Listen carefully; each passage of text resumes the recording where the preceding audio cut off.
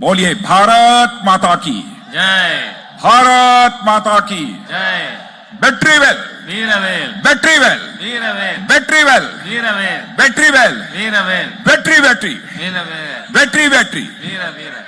Thank you very much. My dear friends, I bow to 75 million people of the Tamil Nadu, which includes 13 million young people of the state. It is my pleasure to be in the city of Salem, which is known for its entrepreneurial spirit, rich culture, and a great heritage. 7.5 கோடி தமிழ் மக்கள், அதிலே 1,30,00,000 இளைஞர்களை கொண்ட இந்த மாநில மக்களுக்கு நான் என்னுடைய வணக்கங்களை தெரிவித்துக் கொள்கிறேன். அதிலும் சேலத்தைச் சேர்ந்த இங்கு தொழில் முனைஞர்களும் மிக வளமையான கலாச்சாரம், பண்பாடு, தொன்மை கொண்ட மக்களுக்கு மத்தியிலே இருப்பதிலே நான் பெருமகிழ்ச்சி அடைகிறேன்.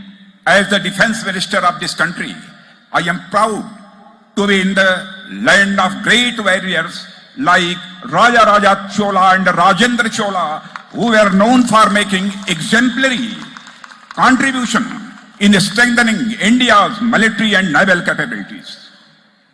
இந்த நாட்டினுடைய பாதுகாப்பு அமைச்சர் என்கின்ற முறையிலே மிக பெரிய போராளிகளை கொண்ட ராஜராஜ சோழன், ராஜேந்திர சோழன் போன்று முன்னுதாரணமாக இராணுவம் மற்றும் கப்பற்படைக்கு சக்திகளை பெருக்கிய முன்னுதாரணமாக கொண்ட மக்களுக்கு வணக்கத்தை தெரிவித்துக் கொள்கிறேன். My friends, I am always fascinated by Tamil Nadu because it is the birthplace of Tamil language, which is one of the oldest and the most beautiful language in the world. Tamil language is not only beautiful and ancient, but amma of all the Indian languages. மிகவும் புராதனமான தமிழ் முனிவர்கள் பிறந்த இந்த மண்ணிலே, அதுவும் மிகவும் பழமையான மொழியாக, அனைத்து மொழிகளுக்கும் தாயாக இருக்கின்ற தமிழ் மொழியை கொண்ட இந்த மண்ணை நான் மிகவும் நேசிக்கிறேன். It is wonderful feeling to be in this culturally rich and divine land of the Tamil Nadu, the land of Siddhars, Alvars, and the Nyalmars. And Tamil Nadu is also the place where the great saint of India, Mahatma Thiruvalluvar, was born, who gave us knowledge in the form of the Thirukural.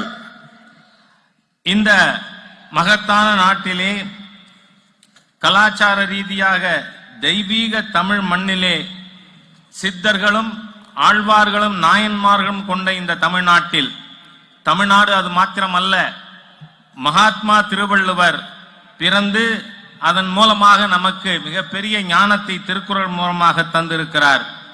My friends, Thirukural acts as a guiding light for all of us. Even the decisions taken by the NDA government under the Prime Minister of Sri Narendra Modi have been inspired by the ideas professed in Thirukural. திருக்குறளானது நம் அனைவருக்கும் வழிகாட்டு ஒளியாக திகழ்ந்து கொண்டிருக்கிறது. மாண்புமிகு பாரத பிரதமர் நரேந்திர மோடி அவர்களுடைய தேசிய ஜனநாயக கூட்டணி அரசாங்கத்தின் திட்டங்கள் கூட திருக்குறள் மூலமாக எழுச்சி பெற்று செயலாக்கப்பட்டு வருகிறது. The government is also making all efforts to ensure that Thirukural's knowledge is made available to the people across India and the globe. அதே போல அரசாங்கமானது திருக்குறளில் இருக்கின்ற அறிவுபூர்வமான விஷயங்கள் இந்தியா முழுவதும், ஏன் உலகம் முழுவதும் இதை நாம் உறுதிப்படுத்த வேண்டும் என்று நடவடிக்கைகள் எடுத்து வருகிறோம்.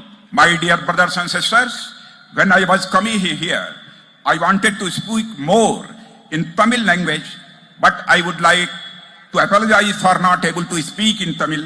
Beautiful and divine this Tamil language. Therefore, I will deliver my speech in my mother tongue, Hindi, and sometime English.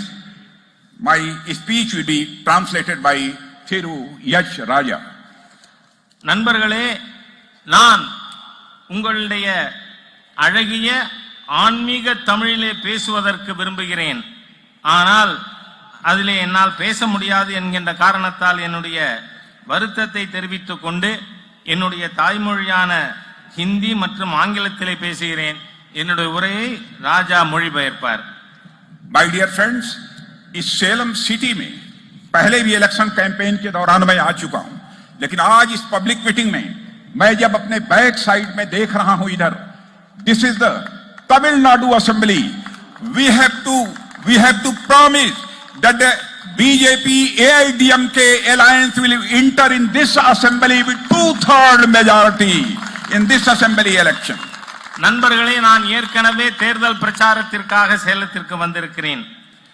ஆனால் இந்த முறை இங்கே மேடையிலே பின்பக்கம் பார்க்கிறோமே, தமிழக சட்டமன்றமானது இந்த தேர்தல்கள் மூலமாக பாரதிய ஜனதா கட்சி அஇஅதிமுக கூட்டணி 2/3 பங்கு பெரும்பான்மையோடு இந்த சட்டமன்றத்தில் நுழைய வேண்டும் என நான் விருப்பப்படுகிறேன். My brothers and sisters, Salem की कई चीजें बहुत ही फेमस हैं. यहाँ की स्टील प्लांट, यहाँ का मालगोवा मैंगो, सेलम सागो दूर दूर तक जाता है. अब तो सेलम में एक और चीज चलने लगी है, मोदी इडली, जो नरेंद्र भाई मोदी के नाम पर मोदी इडली चलती है. और मुझे यह बतलाया गया है कि यहाँ के लोग मोदी इडली बहुत ही पसंद करते हैं. சேலம் பல விஷயங்களுக்கு ஃபேமஸா இருக்கு. சேலம் ஸ்டீல் பிளான்ட், இங்க இருக்கிற நம்ம மல்கோவா மாம்பழம், அதே போல சேலத்தில் விளைகின்ற மரவள்ளி கிழங்கு, இவையெல்லாம் மிகவும் பிரபலமானது. ஆனால் நான் கேள்விப்படுகிறேன், சமீப காலமாக இங்கு மோடி இட்லி மிகவும் பிரபலமாக வந்து கொண்டிருக்கிறது. பல மக்கள் அதை விரும்பி சாப்பிடுகிறார்கள். Do you people also like Modi idli? நீங்களும் மோடி இட்லி விரும்புகிறீர்களா? If you like, then you clap with both hands. நீங்கள் விரும்பினால் இரண்டு கைகளாலும் கைதட்டுங்கள். My dear friends, Narendra Modi ji ने जो गुड गवर्नेंस दिया है इस कंट्री को, मैं कह सकता हूं वह अपने आप में इंडिपेंडेंट इंडिया में अनपैरेलल है. डेवलपमेंट और गुड गवर्नेंस का कोई भी मॉडल कितना भी मजबूत हो, इसका पता अच्छे दिनों में तो चलता है, मगर इसका असली टेस्ट तब होता है जब क्राइसिस हो, जब संकट हो. நண்பர்களே, மேம்பாடும் நல்லாட்சியும் மிகவும் அத்தியாவசியமானதாகும். நரேந்திர மோடி அவர்களுடைய ஈடு இணையற்ற மேம்பாட்டுக்கான திட்டங்கள், நல்லாட்சி, இதை பற்றி நாம் எப்பொழுது உணர முடியும் என்று சொன்னால், சாதாரண நாட்களில் அல்ல, பிரச்சனையான நாட்கள் வரும்பொழுதுதான் இந்த மேம்பாடு மற்றும் நல்லாட்சியை நாம் உணர முடியும். ग्लोबल पैंडेमिक कोरोना कोविड-19 का जिस इफिशिएंट और इफेक्टिव तरीके से हमारे प्राइम मिनिस्टर नरेंद्र मोदी जी ने मुकाबला किया है, बहनों भाइयों, मैं कह सकता हूं भारत के इतिहास में वह इनक्रेडिबल है और इंस्पायरिंग स्टोरी है अपने में. அதாவது கொரோனா காலகட்டத்திலே, கோவிட்-19 காலகட்டத்திலே மோடி அரசாங்கமானது எவ்வளவு சிறப்பாக செயல்பட்டு இருக்கிறது என்பது ஒரு எடுத்துக்காட்டாக திகழ்கிறது. हमने केवल इस कोविड पैंडेमिक पर ही काबू पाने में सफलता प्राप्त नहीं की है, बल्कि इसके इलाज के लिए मेक इन इंडिया वैक्सीन बनाने में भी हमारे देश के साइंटिस्ट ने कामयाबी हासिल की है. और यह वैक्सीन का उपयोग हम केवल अपने देशवासियों के लिए नहीं कर रहे हैं, बल्कि देश के दूसरे देशों में रहने वाले लोगों को भी यह वैक्सीन हम देने का काम कर रहे हैं, उनकी मदद कर रहे हैं. நாம் ஏதோ இந்த கொரோனாவுக்கு எதிராக மாத்திரம் போரிட்டு வரவில்லை. இந்த கொரோனாவுக்கு தடுப்பூசி கண்டுபிடிப்பதிலும் நாம் வெற்றி பெற்றிருக்கிறோம். அந்த தடுப்பூசி கூட வெறும் பாரத நாட்டு மக்களுக்காக அல்ல, மற்ற நம்முடைய நட்பு நாடுகளுக்காகவும் அந்த தடுப்பூசியை நாம் கொடுத்து வருகிறோம். और इस मोदी जी के इस डिसीजन की सारी दुनिया में सराहना हो रही है, क्योंकि बहनों भाइयों, आप जानते हैं हम लोग वसुधैव कुटुंबकम, the whole world is a family, इस कंसेप्ट में विश्वास करने वाले लोग हैं. इसलिए यदि हम अपना इलाज करते हैं, अपने देशवासियों का इलाज करते हैं, तो दुनिया के दूसरे देशों में रहने वालों का इलाज करने में भी हम पीछे नहीं रहते. वैसे ही अपने परिवार का सदस्य मानकर उनका भी इलाज करते हैं.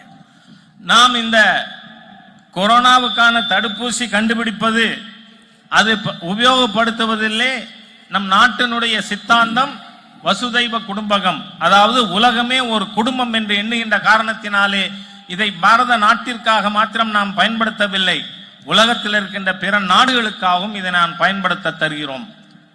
इकोनॉमी कोविड पैंडेमिक के दौरान पूरी तरह से जाम हो गई थी, लेकिन इस इकोनॉमी को गति देने का काम यदि किसी ने किया है तो हमारे प्रधानमंत्री ने दिया है. और कोई गरीब भूखा न सोए, इसलिए 1.70 लाख करोड़ की लागत से प्रधानमंत्री गरीब कल्याण योजना भी चलाकर मोर देन 80 करोड़ लोगों की हेल्प करने का काम यदि किसी ने किया है तो हमारे प्राइम मिनिस्टर नरेंद्र मोदी ने किया है. இந்த கொரோனா நோயினால் நம்முடைய சுகாதாரம் கெட்டது மாத்திரமல்ல, இந்த நாட்டினுடைய பொருளாதாரமும் பாதிக்கப்பட்டிருக்கிறது. ஆனால் மாண்புமிகு பாரத பிரதமர் மோடி அவர்களுடைய ஆட்சி இந்த நாட்டில் ஒருவர் கூட இரவு வெறும் வயிற்றோடு தூங்கக்கூடாது என்கின்ற காரணத்தினாலே 1,70,000 கோடி ரூபாய் ஏழை மக்களுக்கான நல திட்டத்திற்காக 80 கோடி மக்களுக்கு நிவாரணம் கொடுக்கின்ற பணியிலே மிகச் சிறப்பாக மோடி அவர்கள் அரசாங்கம் செயல்பட்டு இருக்கிறது. इस कोविड पैंडेमिक के कारण भारत की इकोनॉमी पर भी एडवर्स इंपैक्ट हुआ था बहनों भाइयों, लेकिन हमारे गवर्नमेंट ने, हमारे प्राइम मिनिस्टर ने ऐसे हालात पैदा कर दिए.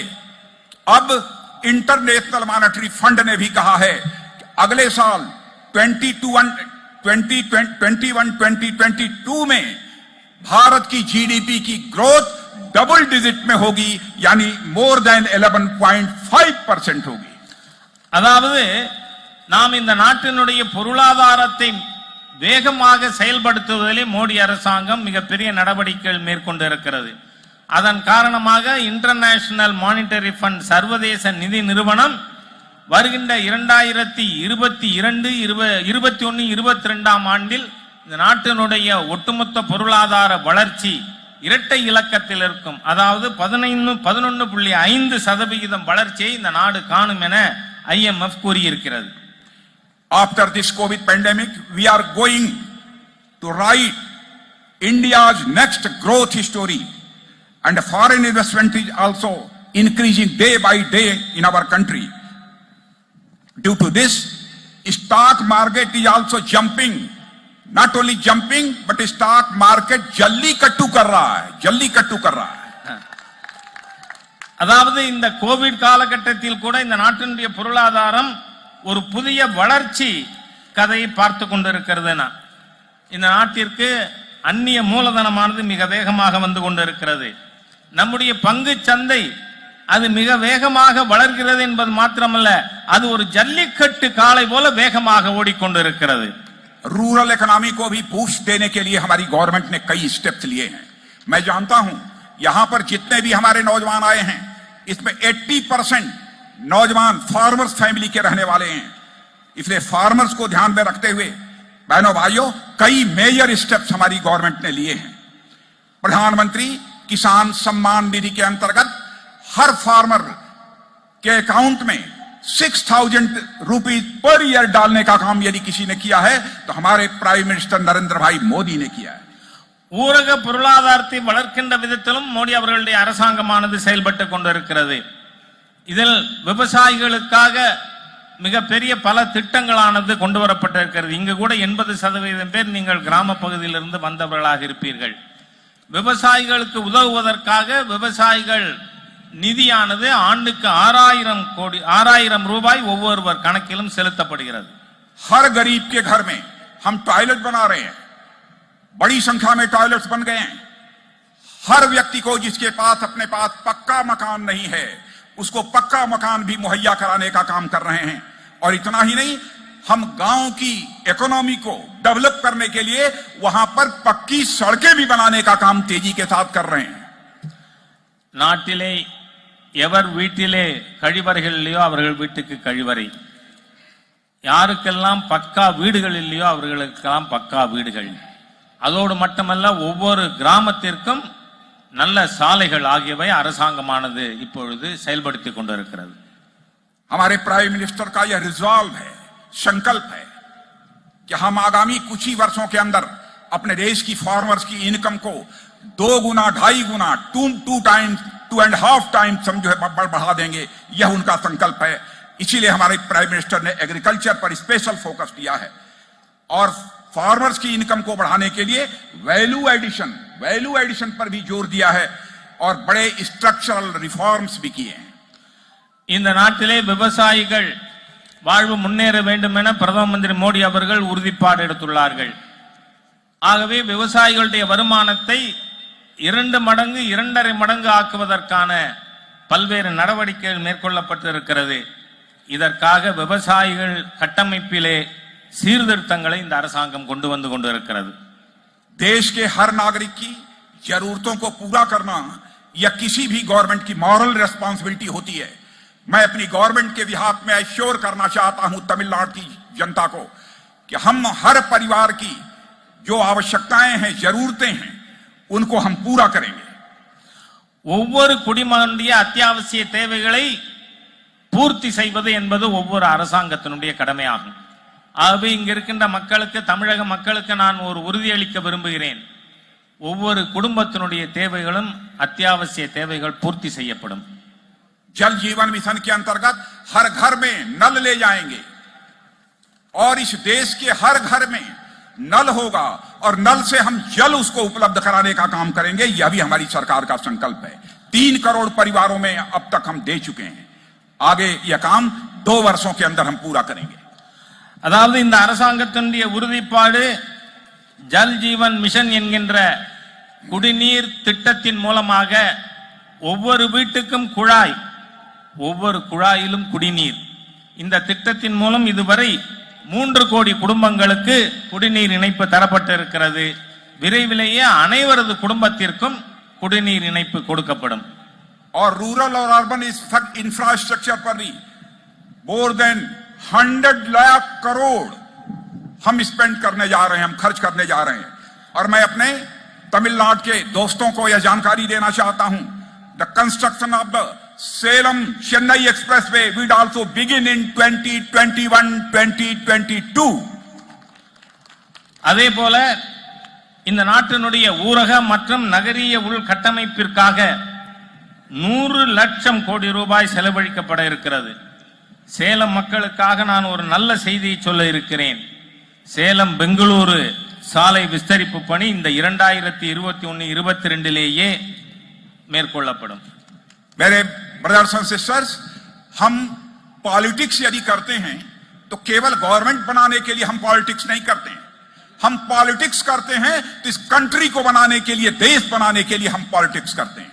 நண்பர்களே, நாம் அரசியல் நடத்துவது என்பது அதிகாரத்திற்கு வருவதற்காக, ஓட்டு வாங்குவதற்காக மாத்திரமல்ல. நாம் அரசியல் நடத்துவது என்பது இந்த நாட்டினை நிர்மாணிப்பதற்காக. आपको जानकारी होगी, डिफेंस मिनिस्टर होने के नाते आपको जानकारी देना चाहता हूं, हमारे प्राइम मिनिस्टर ने 2 स्टेट्स में डिफेंस कॉरिडोर खोलने का फैसला किया। तो उन 2 स्टेट्स में एक हमारा स्टेट उत्तर प्रदेश है और दूसरा कोई स्टेट यदि प्राइम मिनिस्टर ने चूज किया है तो दैट इज तमिलनाडु। मेरे बहनों भाइयों, இந்த நாட்டினுடைய பாதுகாப்பு அமைச்சர் என்கின்ற முறையிலே உங்களுக்கு ஒரு தகவல் தெரிவிக்க விரும்புகிறேன். 2 பாதுகாப்பு வழித்தடங்களானது இந்த நாட்டிற்கு கொடுக்கப்பட்டு இருக்கிறது, டிஃபென்ஸ் காரிடியர். அந்த 2ல ஒன்னு என்னுடைய மாநிலமான உத்தரப்பிரதேசத்தில் இருக்கிறது. மாண்புமிகு பாரத பிரதமர் மற்றொரு மாநிலத்தை தெரிவு செய்யும் பொழுது எதை தெரிவு செய்திருக்கிறார் தெரியுமா? தமிழகத்தை தெரிவு செய்திருக்கிறார்கள். और जो डिफेंस कॉरिडोर तमिलनाडु में बन रहा है उसका एक नोड सेलम में भी है। और मैं आपको जानकारी देना चाहता हूं, 8000 करोड़ का इन्वेस्टमेंट प्लान्ड है आपके तमिलनाडु डिफेंस कॉरिडोर में। और अब तक 21 प्राइवेट गवर्नमेंट कंपनी और 3 PSUs ने 1140 करोड़ रुपए का इन्वेस्टमेंट कर दिया है। அதாவது இந்த பாதுகாப்பு வழித்தடங்களுக்காக தெரிவு செய்யப்பட்டிருக்கின்ற நகரங்களிலே ஒன்றானது சேலம் மாநகரமாகும். இதுவரை இந்த டிஃபென்ஸ் காரிடியருக்கு 8000 கோடி ரூபாயிலே திட்டமிடப்பட்டு இதுவரை 21 தனியார் கம்பெனிகளும் 3 அரசு நிறுவனங்களும் 1140 கோடி ரூபாய் இதுவரை மூலதனம் செய்துள்ளது. हम अनएम्प्लॉयमेंट की प्रॉब्लम को रिजॉल्व करना चाहते हैं। देश के हर नौजवान को जो काम करना चाहता है उसके हाथों को हम काम देना चाहते हैं, हम उसको रोजगार देना चाहते हैं। इतना ही नहीं, हम अपने देश के नौजवानों को जॉब सीकर ही नहीं बनाना चाहते, अपने देश के नौजवानों को जॉब क्रिएटर बनाना चाहते हैं। இந்த நாட்டிலே இருக்கின்ற ஒவ்வொரு இளைஞர்களுக்கும் வேலை வாய்ப்பு கிடைக்க வேண்டியது அவசியம். ஆனால் நம் நாட்டில் இருக்கின்ற இளைஞர்களை வெறும் வேலை தேடுபவர்களாக இல்ல, வேலைகளை உருவாக்குபவர்களாக மாற்ற விரும்புகிறோம். मुद्रा योजना के माध्यम से मिनिमम रेट ऑफ इंटरेस्ट पर विदाउट कोलेटरल सिक्योरिटी देश के नौजवानों को हम लोन मुहैया करा रहे हैं। सबसे ज्यादा लोन यदि लेने का काम कहीं के नौजवानों ने किया है तो तमिलनाडु के नौजवानों ने किया है। मैं नौजवान भाइयों, मैं आपको सलूट करता हूं, आप सभी का अभिनंदन करता हूं। அதாவது சுய வேலை வாய்ப்பை உருவாக்குவதற்காக முத்ரா வங்கி கடன் திட்டம் மூலம் மிக குறைந்த வட்டியிலே எவ்விதமான அடமானமும் இல்லாது கடன் கொடுப்பதற்கான ஏற்பாட்டினை நாம் மேம்படுத்தி இருக்கிறோம். அதிலே மிக அதிகமாக கடன் பெற்றிருப்பவர்கள் தமிழ்நாட்டைச் சேர்ந்தவர்கள். ஆகவே தமிழ்நாட்டு இளைஞர்களுக்கு நான் என்னுடைய பாராட்டுதல்களை தெரிவித்துக் கொள்கிறேன். Here, only in Tamil Nadu, the unemployed youth has taken approximately 33,807 crore rupees as loan. தமிழ்நாட்டில் மாத்திரம் வேலையில்லாத இளைஞர்கள் 33,807 கோடி ரூபாய் கடனாக பெற்றிருக்கிறார்கள். आप जानते हैं कि इसका सबसे ज्यादा लाभ यदि किसी को मिलता है एमएसएमईज, इनको मिलता है, वीमेन एंटरप्रेन्योर को मिलता है। और 31 नवंबर 2020 का तक कुल 22.53 करोड़ लोन दिए गए, जिसमें से 15.75 करोड़ लोन वोमन एंटरप्रेन्योर को दिए गए। தமிழகத்திலே அதிகமாக இதில் கடன் பெற்றவர்கள் மாத்திரமல்ல, இந்த முத்ரா வங்கி கடன் திட்டத்தின் மூலமாக அதிகமாக பலன் பெற்றிருப்பது சிறு குறு தொழில்கள். அதிலும் பெண் தொழில் முனைஞர்கள் மிக அதிகமாக பலன் பெற்றிருக்கிறார்கள். 31 நவம்பர் 2020 வரை 22.53 கோடி ரூபாய் கடன் அளிக்கப்பட்டிருப்பதில் 15.75 கோடி ரூபாய் கடனானது பெண் தொழில் முனைஞர்களுக்கு கொடுக்கப்பட்டிருக்கிறது என்பதை நான் பெருமிதத்தோடு தெரிவித்துக் கொள்கிறேன். आत्मनिर्भर भारत इस योजना के तहत 20 लाख करोड़ रुपए का पैकेज गवर्नमेंट ने घोषित किया है। इसके पीछे पर्पज है इकोनॉमी को भी बूस्ट देना, लेकिन हम इस सच्चाई को जानते हैं, इकोनॉमी को बूस्ट यदि मिलेगा तभी जबकि हमारे अनएम्प्लॉयड यूथ को जॉब मिलेगा। அதே போல சுயசார்பு இந்தியா திட்டத்தின் கீழ் 20 லட்சம் கோடி ரூபாய்க்கான பேக்கேஜ் கொடுக்கப்பட்டு இருக்கிறது. இந்த சுயசார்புள்ள இந்தியாவாக நாடு மாற வேண்டுமானால் ஏதோ ஏற்கனவே இருக்கின்ற தொழில் துறைகள் அல்ல, இளைஞர்களுக்கு நாம் வேலை வாய்ப்பு கொடுப்பதன் மூலமாகவே இதை நாம் அடைய முடியும். पहले राजीव गांधी जी कहा करते थे, former prime minister Rajiv Gandhi ji कहा करते थे कि 100 पैसा वहां से भेजते हैं लेकिन नीचे 13 पैसा पहुंचता है। जैसे लगता था प्रधानमंत्री लाचार हों, लेकिन हमारे प्राइम मिनिस्टर नरेंद्र मोदी ने इस चैलेंज को स्वीकार किया और आज यदि 100 पैसा हम दिल्ली से भेजते हैं तो आपके अकाउंट में 100 का 100 पैसा पहुंचता है। बहनों भाइयों, एक पैसा भी कम नहीं होता। முன்னாள் பிரதமர் ராஜீவ் காந்தி அவர்கள் சொன்னார், நான் டெல்லியிலிருந்து 100 பைசா அனுப்பினால் வெறும் 13 பைசா தான் மக்களுக்கு போய் சேருகிறது. பிரதம மந்திரி பாருங்க எவ்வளவு இது பற்றி அக்கறை இல்லாம இருந்திருக்காரு. ஆனால் இன்னைக்கு நரேந்திர மோடி அவர்கள் ஆட்சியிலே டெல்லியிலிருந்து 100 பைசா அனுப்பினால் 100 பைசாவும் மக்களுடைய கணக்கிலே போய் சேருகிறது. यह डिजिटाइजेशन का करिश्मा है, यह डिजिटल इंडिया का करिश्मा है कि करप्शन को भी हमने काफी हद तक मिनिमाइज किया है। आयुष्मान भारत योजना के अंतर्गत बहनों भाइयों 5 लाख रुपए तक मुफ्त इलाज बिना एक पैसे का हम सारे देश के लोगों को मुहैया कराएंगे और तेजी से इस दिशा में हम आगे बढ़ रहे हैं। प्रतिवर्ष 5 लाख रुपया मुफ्त में इलाज। அதே போல இன்றைக்கு இதெல்லாம் எப்படி சாத்தியமானது என்று சொன்னால் டிஜிட்டல் இந்தியாவின் காரணமாகத்தான் ஆயிருக்கிறது. இதன் மூலமாக ஊழல் குறைந்திருக்கிறது. அதே போல நாம் இந்த திட்டங்களை மக்களுக்கு எடுத்து செல்வதன் மூலமாக நல்லதொரு நிர்வாகத்தை தர முடியும். तमिलनाडु के मदुरई में एम्स खुलने जा रहा है। इसके लिए 1246 करोड़ रुपए दिए जा चुके हैं और 6 नए मेडिकल कॉलेज खुलने हैं और 3 और खुलने जा रहे हैं इसी तमिलनाडु में। बहनों भाइयों, हमारी गवर्नमेंट ने तमिलनाडु के डेवलपमेंट के लिए इस सीमा तक जाकर ध्यान दिया है। தமிழ்நாட்டினுடைய மேம்பாட்டிற்காக முன்னேற்றத்திற்காக மதுரையிலே எய்ம்ஸ் மருத்துவமனையானது 1246 கோடி ரூபாயிலே வர இருக்கிறது. அதோடு மட்டுமல்ல, இதுவரை 6 மெடிக்கல் காலேஜ் திறக்கப்பட்டிருக்கு. இன்னும் 3 மெடிக்கல் மருத்துவ கல்லூரிகள் துவங்கப்பட இருக்கின்றன. तमिलनाडु का डेवलपमेंट करना मैं आपको from inner core of my heart या एश्योर करना चाहता हूं। हमारी गवर्नमेंट का कमिटमेंट है, हम अपने इस कमिटमेंट को पूरा करेंगे, चाहे हमें जितना भी पैसा खर्च क्यों न करना पड़े। सेंट्रल रिसोर्सेज से। पहले स्टेट गवर्नमेंट को 32% मिलता था, लेकिन हमारे प्राइम मिनिस्टर ने स्टेट शेयर को बढ़ाकर 32 से बढ़ाकर 42% कर दिया है। और तमिलनाडु को 5,42,000 करोड़ रुपया पहली बार मिला है, जबकि यूपीए के लास्ट 5 ईयर में केवल 94,540 करोड़ रुपया मिला है। முன்னேற்றம் என்று வரும்பொழுது தமிழ்நாட்டினுடைய things are clear, things are clear ना? Yes very clear. முன்னேற்றம் என்று வரும்பொழுது தமிழ்நாட்டை எல்லா விதத்திலும் முன்னேற்றுவதற்காக மத்திய அரசு உதவிகளை செய்து வரும். தமிழகத்தில் இதுவரைக்கும் நாம் மாநிலங்களுக்கு நிதி ஒதுக்கீடு 32% இருந்ததை மோடி அவர்களுடைய அரசாங்கம் 42% அதிகரித்திருக்கிறது. அது மாத்திரமல்ல, கடந்த 6 ஆண்டுகளில் தமிழ்நாட்டுக்கு நாம் 5,42,000 கோடி ரூபாய் நிதி ஒதுக்கி இருக்கிறோம். ஆனால் கடந்த 10 ஆண்டுகளில் ஐக்கிய முற்போக்கு கூட்டணி அரசாங்கத்தில் 94,540 கோடி ரூபாய் மட்டுமே தமிழகத்திற்கு நிதி ஒதுக்கப்பட்டது. बहनों भाइयों, हमारी गवर्नमेंट फ्रीडम फाइटर्स जो थे, जिन्होंने आजादी दिलाने में स्ट्रगल किया है, उनका सम्मान कर रही है। हम आजादी की 75th ईयर्स सेलिब्रेट करने जा रहे हैं। कई गवर्नमेंट ने कार्यक्रम तय किए हैं, डिटेल में नहीं जाना चाहूंगा, लेकिन चाहे चंद्रशेखर आजाद हो, सरदार भगत सिंह हो, चाहे खुदीराम बोस हो, चाहे सुब्रमण्यम स्वामी हो, और चाहे पसुमपोन मुथुराम लिंगा थेवर हो, उनके सैक्रिफाइसेस को भारत कभी भूल नहीं सकता है। நாம் இந்த நாட்டினுடைய 76வது சுதந்திர தினத்தை கொண்டாட இருக்கின்ற வேளையிலே இந்த நாட்டின் சுதந்திரத்திற்காக போராடியவர்களை நாம் பெரிய அளவிலே மதிக்கிறோம். அது குதிராம் போஸாக இருக்கலாம், இல்ல தமிழகத்தைச் சேர்ந்த சுப்பிரமணிய பாரதியாக இருக்கலாம், பசுமன் முத்துராமலிங்க தேவராக இருக்கலாம், அனைவரையும் நாம் மிக பெரிய அளவிலே மதிக்கிறோம்.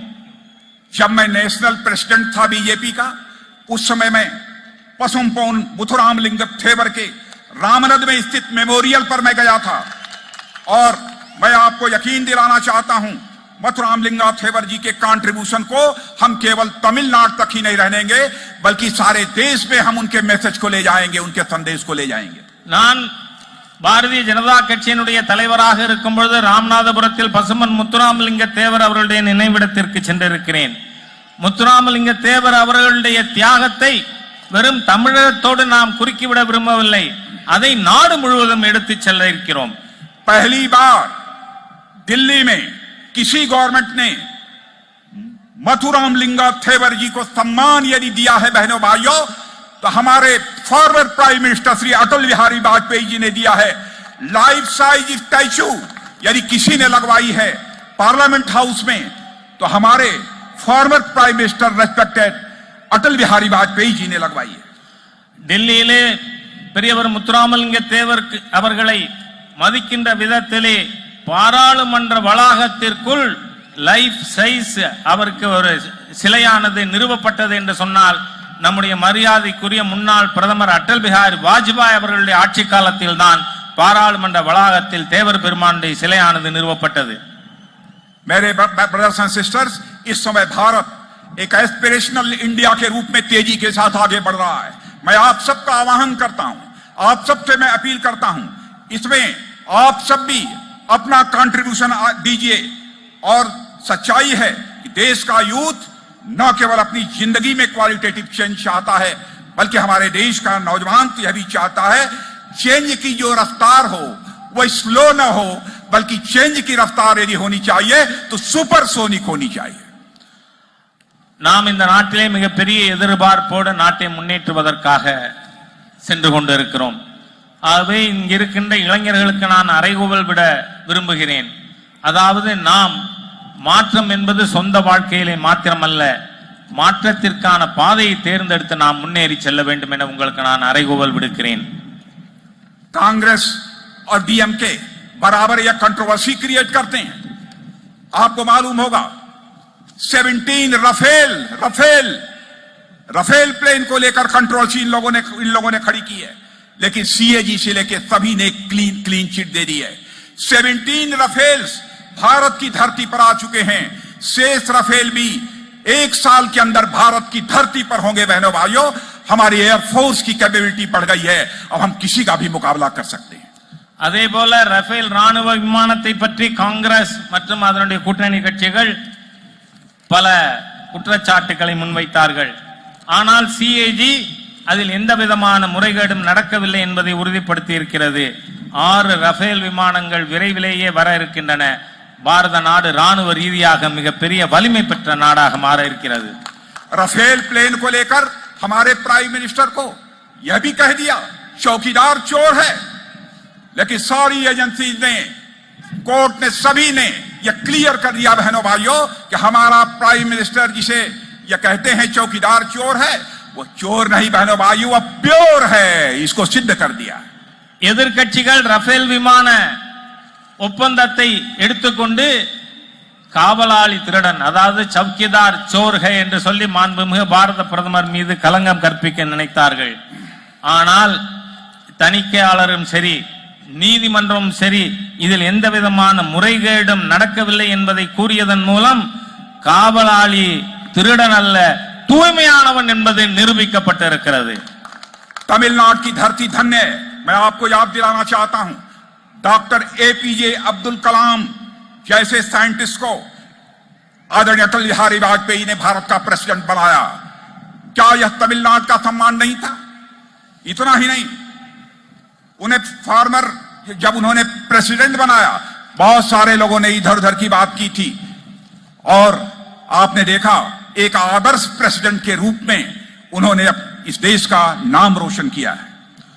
மாண்புமிகு பாரத பிரதமராக இருந்த வாஜ்பாய் அவர்கள் தமிழகத்தை சேர்ந்த, இதை தமிழ் மண்ணிலே சொல்ல விரும்புகிறேன், டாக்டர் ஏபிஜே அப்துல் கலாம் அவர்களை இந்த நாட்டினுடைய குடியரசுத் தலைவராக நியமித்தார்கள்.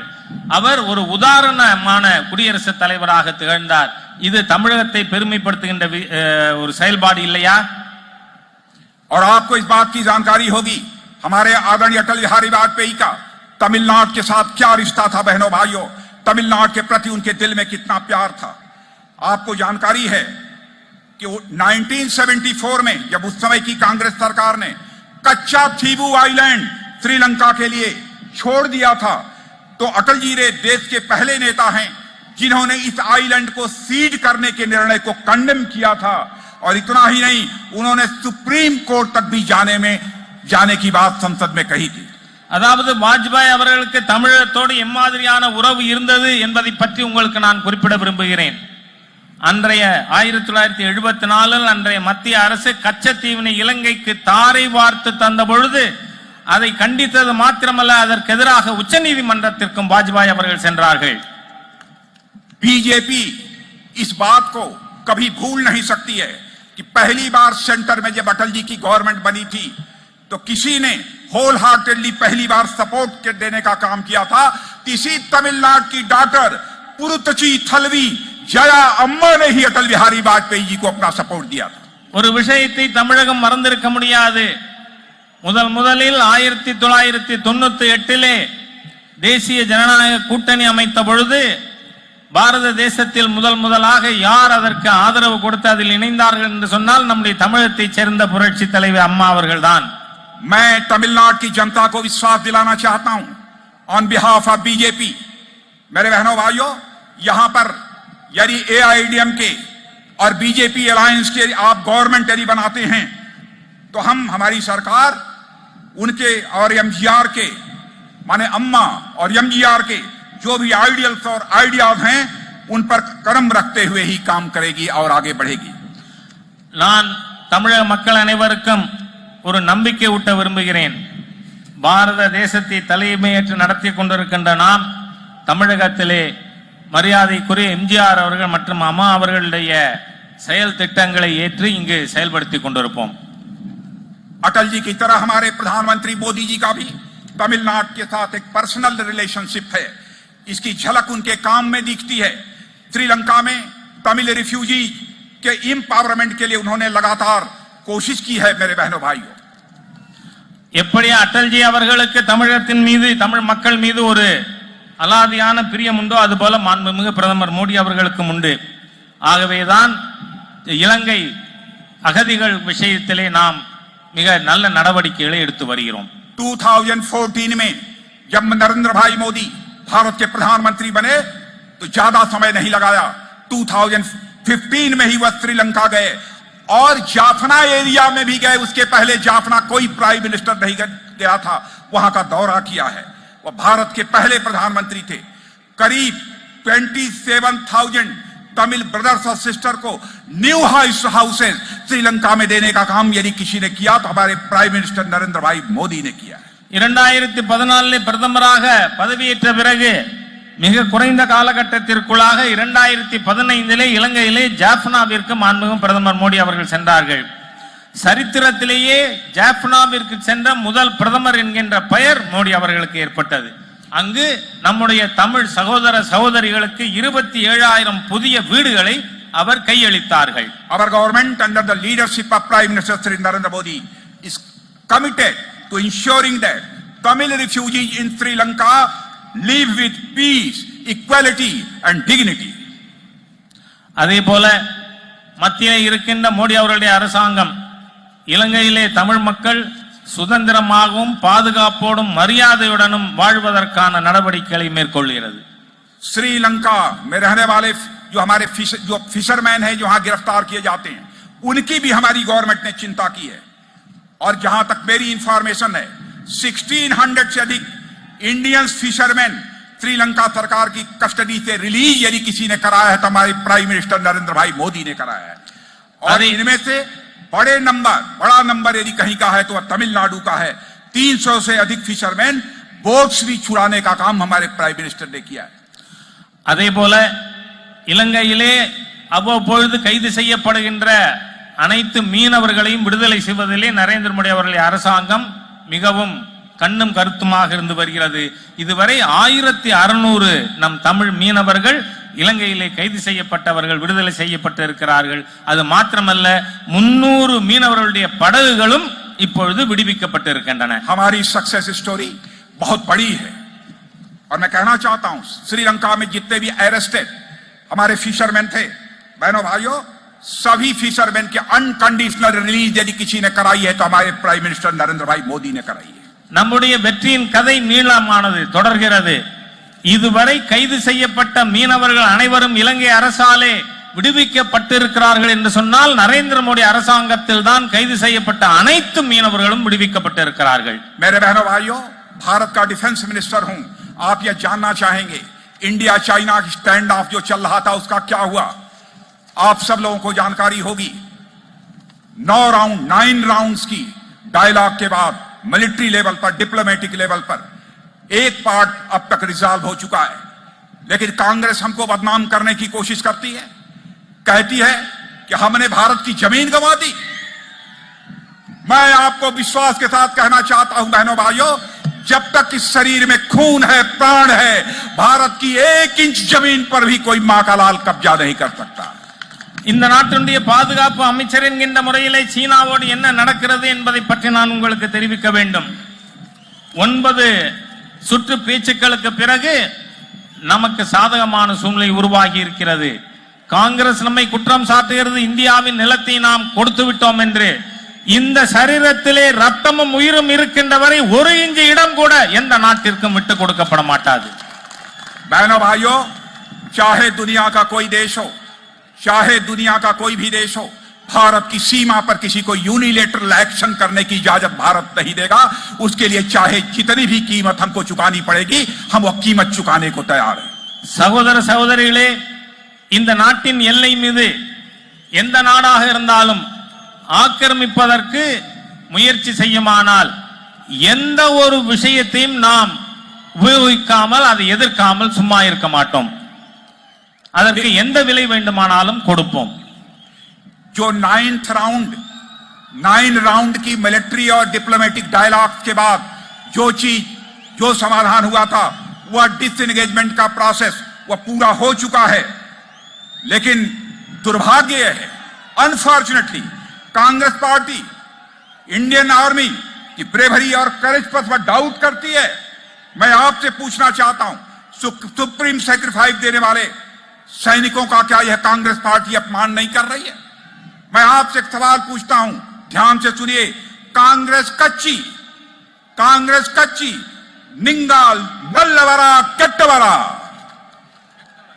கெட்டவர். சகோதர சகோதரிகளே, 9 சுற்று பேச்சுவார்த்தைக்கு பிறகு சீனா அதனுடைய ஆக்கிரமித்த பகுதியிலிருந்து பின்வாங்குவதற்கு ஒப்புக்கொண்டிருக்கிறது. ஆனால் இது பற்றி சந்தேகங்களை காங்கிரஸ் எழுப்புகிறது. அதாவது இந்த நாட்டினுடைய ராணுவ வீரர்களுக்கு அவர்களுடைய தியாகத்தை அவமதிக்கிற விதத்திலே பேசுகிறது. நான் உங்களிடம் கேட்கிறேன், Congress நல்லவர்களா கெட்டவர்களா? Again you ask this question. மீண்டும் சொல்லுங்கள், காங்கிரஸ் நல்லவர்களா கெட்டவர்களா? ராணுவ வீரர்களுடைய தியாகத்தை அவமரியாதை செய்கின்ற Congress நல்லவர்களா கெட்டவர்களா? Very good. Brothers and sisters, मैं आपको विश्वास दिलाकर जाना चाहता हूं डिफेंस मिनिस्टर के रूप में कि हमारी government under the leadership of prime minister Narendra Modi India की यूनिटी, टेरिटोरियल इंटीग्रिटी और सॉवरेंटी के साथ हमने न कभी समझौता किया है, न समझौता किया था और न कभी समझौता करेंगे. यह आपको विश्वास दिलाकर जाना चाहता हूं. இந்த நாட்டினுடைய பாதுகாப்பு அமைச்சர் என்கின்ற முறையிலே உங்களுக்கு நான் ஒரு விஷயத்தை நம்பிக்கை ஊட்ட விரும்புகிறேன். இதுவரை இந்த நாட்டினுடைய ஒருமைப்பாடு, எல்லை, ஒற்றுமை இதன் விஷயங்களிலே பாரதிய ஜனதா கட்சி அரசு இதுவரை சமரசம் செய்ததில்லை, செய்வதில்லை, ஒருபோதும் செய்யாது என்ற நம்பிக்கை உங்களுக்கு நான் ஊட்ட விரும்புகிறேன்.